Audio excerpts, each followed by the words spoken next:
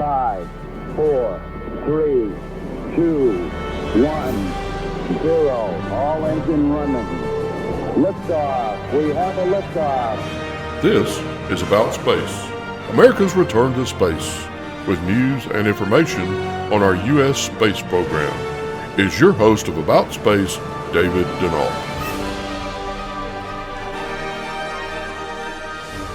Welcome and thanks for joining me today for our continuing series of Return to the Moon to Stay, and be sure to listen for my special announcement.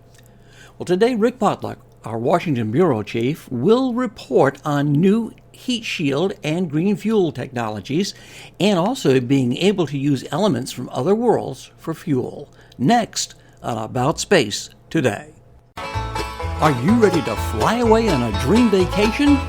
For cruises and all-inclusive resort vacations, call D&D Cruise and Tours at 877-747-8631. That's 877-747-8631. And see us on Facebook, D&D Cruise and Tours, where your dreams become a reality. And stand by for my special announcement. 50 years ago, we pioneered a path to the moon. The trail we blazed cut through the fictions of science and showed us all what was possible. It's very pretty out here. We're going. We are going. We are going. We're going. Are you going? To join us to be among the first to witness American astronauts to be launched from American soil on American rockets from the Kennedy Space Center. We are just now weeks away from the first American astronauts to be launched on American rockets from American soil in almost 10 years. See details on our Facebook page aboutspace.today.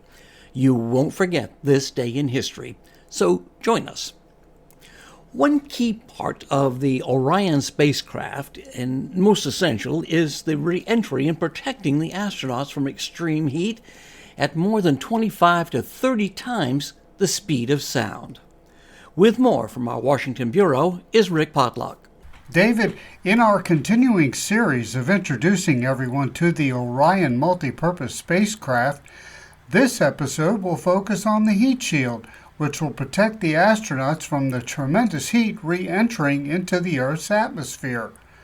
Molly White, NASA's heat shield engineer for Orion, explains the science behind the need for the heat shield. Hi, my name is Molly White, and I'm a heat shield engineer for Orion.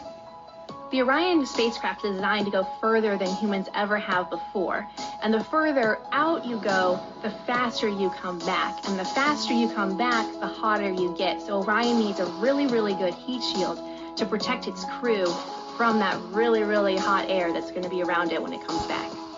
Why Orion needs a heat shield? If we think about friction, and I'm moving my hands past each other, just moving them pretty slowly, I can still feel heat build up between my hands. It gets hotter. Well, if we think about Orion, which is going 25 to 30 times the speed of sound, it has that same friction with the air, only it's going way faster than my hands can. So there's a lot of heat that is around Orion that it needs to be protected from. The heat shield for Orion, it's 16.5 feet in diameter. It's the largest, most innovative heat shield of its kind. The heat shield weighs about 1,000 pounds. The total vehicle mass is about 20,000 pounds. So it's about 1/20th the weight of Orion just for the heat shield itself. So Orion, for its first flight test, will see surface temperatures at around 4,000 degrees Fahrenheit. So we've developed new materials for Orion that can withstand those higher temperatures. The material for Orion is actually designed to withstand up to 6,000 degrees Fahrenheit. My favorite part of working on Orion is just the fantastic group of really, really smart people that I get to work with every day. They're excited and passionate, as I am, about taking humans further than we ever have before, bringing back all the technology and everything that we've developed out there back here to Earth just to improve our lives. And that's the thing that I get most excited about when coming to work.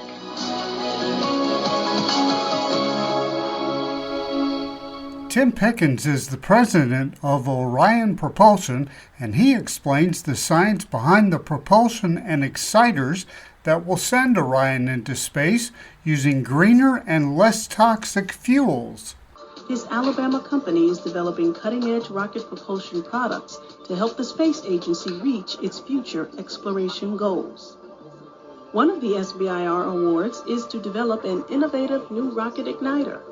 Traditional rocket igniters that rely on electric sparks and exciters can pose challenges with radiation during spaceflight.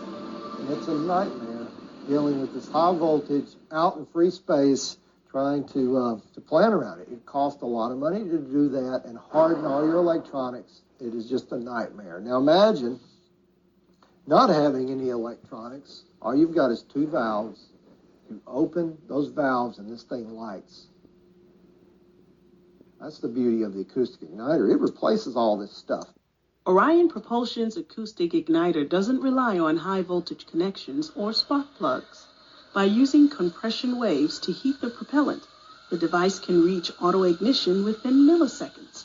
The streamlined acoustic igniter features no moving parts, which makes it easier to maintain and operate and could reduce manufacturing costs.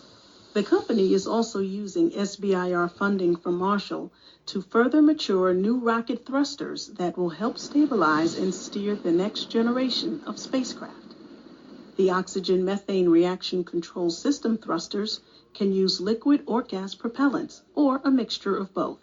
This flexible fuel capability will provide rocket scientists with more opportunities to move away from some of the toxic and unstable propellants used in today's thrusters. Having a capability to use greener fuels not only helps protect the environment, it keeps astronauts from getting poisonous propellant residue on their spacesuits when they venture outside the craft. The thruster technology may even lead to a future where space explorers have the capability to make and use rocket fuel from materials found on other worlds. Orion Propulsion is making good use of knowledge gained from the SBIR project as they work with Boeing to design and build reaction control system thrusters for NASA's next-generation spacecraft, Ares 1. It's important for Pickens to get his company's products developed quickly, so government and commercial customers will be able to take advantage of the new propulsion technology. I think we need to grow the company and as fast as we can, and SBRs augment that for us.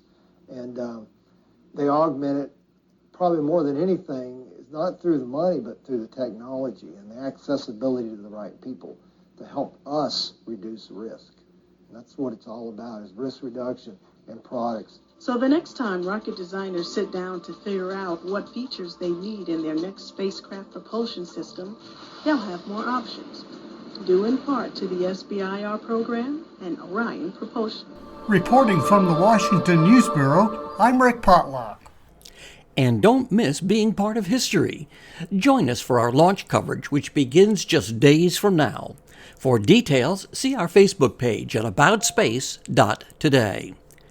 Thank you for joining me, and be sure to follow us on Facebook and share our program with your family and friends. Join me next week for NASA's plan, when our series of Return to the Moon to Stay continues. I'm David Denault, and this has been About Space Today.